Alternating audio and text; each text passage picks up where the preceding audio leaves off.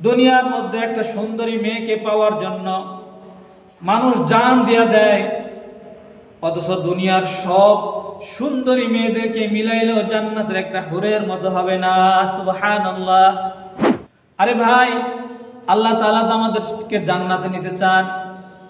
আল্লাহর নবী বলেছেন 5 ওয়াক্ত নামাজ পড়বে, নামাজ পড়ে এই দোয়াটা শুধু পড়বে, আয়াতুল কুরসিটা পড়বে, তাহলে তার জন্য জান্নাতে যাইতে মৃত্যু ছাড়া কোনো বাধা থাকবে না। তার মানে হচ্ছে সেই লোকটা মৃত্যু হওয়ার সাথে সাথে সেই লোকটা সরাসরি জান্নাতে তার জায়গায়, তার জন্য আল্লাহ তাআলা জান্নাত বরাদ্দ করে রেখেছেন, সেখানে চলে যাবে। সুবহানাল্লাহ। এর চাইতে সহজ আর কি আমল আমাদের জন্য থাকতে পারে বলুন? এর চাইতে সহজ কোন আমল নাই তো ভাই। এজন্য আমাদের সকলকে আয়াতটা মুখস্থ করে নেওয়া উচিত। এটা কোনো কঠিন কাজ না, ঠিক কিনা বলেন? কারণ এখন হচ্ছে মোবাইল, হাতে হাতে মোবাইল। আপনি যদি ইউটিউবে সার্চ দেন আয়াতুল কুরসি লিখে দেখবেন সুন্দর করে পড়তেছে, অর্থসহ পাবেন। অর্থসহ জানলে আপনার কাছে কিন্তু আরো ভালো লাগবে, কারণ আয়াতুল কুরসির অর্থটাও কিন্তু অনেক সুন্দর। এই জন্য আয়াতুল কুরসিটা, যেটা আমাদের এখন ইউটিউবের যুগ, মোবাইলের যুগ, গুগলের যুগ, ওখানে সার্চ দিলে আয়াতুল কুরসি আসবে, আপনাকে সুন্দর করে তেলাওয়াত করে শোনাইতে থাকবে। আপনি যত মনে চায় তত শুনবেন, শুনতে শুনতে দেখবেন এক সময় মুখস্থ হয়ে গিয়েছে। কোনো কঠিন কাজ না ভাই। আমাদের যুবকেরা কিন্তু অনেকে অনেক গান মুখস্থ করেছে, অনেক মুরব্বীরাও আছে গান পারে, যুবকেরাও আছে গান পারে, মুরব্বীরা আছে নাচও পারে, যুবকেরাও আছে নাচ দিতে পারে, ডান্স করতে পারে, আমাদের মা বোনেরাও পারে, আমাদের ভাইয়েরা বাবাজিরাও পারে সুন্দর করে।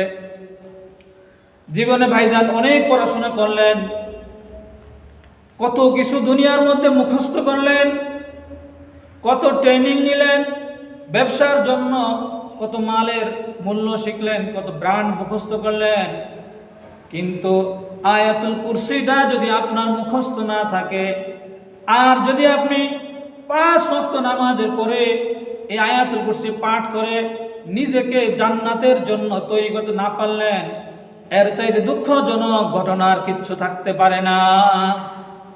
কারণ আরে ভাই, এর চাইতে সহজ আল্লাহ তাআলা কি দিবে বলেন?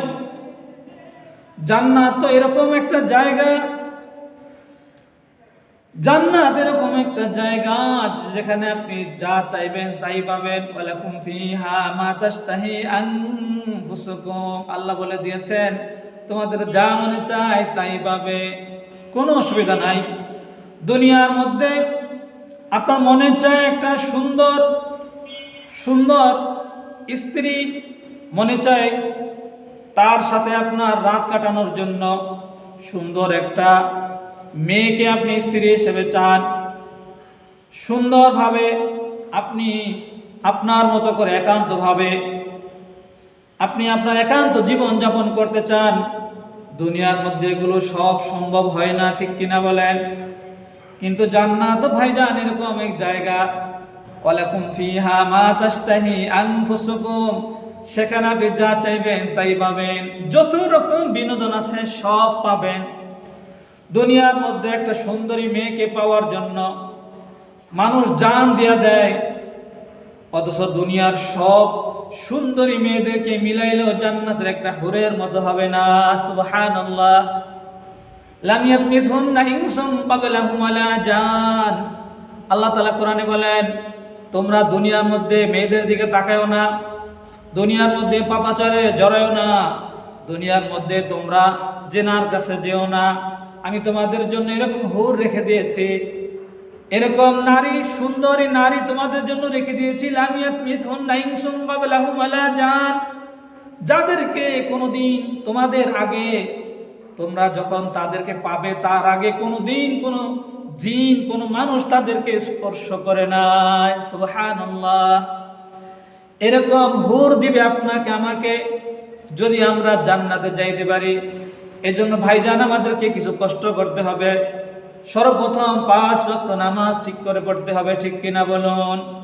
5 ওয়াক্ত নামাজের পরে এই শুধু ছোট্ট আয়াতুল কুরসি, এই আয়াতটা আপনি পড়বেন, তাহলে আপনাকে আল্লাহ তাআলা মৃত্যুর সাথে সাথে জান্নাত দিবেন। সুবহানাল্লাহ। পৃথিবীর অন্য কোনো ধর্মের মধ্যে কিন্তু এরকম বলতে পারে নাই, এরকম ছোট্ট একটা আয়াতের কথা বলতে পারে নাই। শুধু আল্লাহ তাআলা জান্নাত দিবেন, এটা তো মৃত্যুর পরে। দুনিয়ার মধ্যে অনেক উপকারিতা আছে। 5 ওয়াক্ত নামাজের পরে যখন আপনি আয়াতুল কুরসি পড়বেন,